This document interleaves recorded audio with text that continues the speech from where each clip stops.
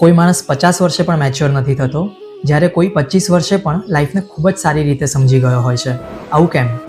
Normally આપણે એવું કહેતા હોઈએ છીએ કે ઉંમરની સાથે સમજણ આવી જશે, પણ ઉંમરને અને મેચ્યોરિટીને કોઈ જ લેવા દેવા નથી. એક માટીનો ઘડો પણ જ્યારે ભઠ્ઠીની આગમાં તપે છે ને ત્યારે મજબૂત થાય છે, પણ એ જ આગ એક કાગળને બાળીને રાખ કરી નાખે છે. તમારી લાઈફના અનુભવો અને દુઃખ એ પણ એ આગ જેવા જ છે. નક્કી તમારે કરવાનું છે કે એ આગમાં તપીને પરિપક્વ બનવું છે કે બળીને રાખ થઈ જવું છે.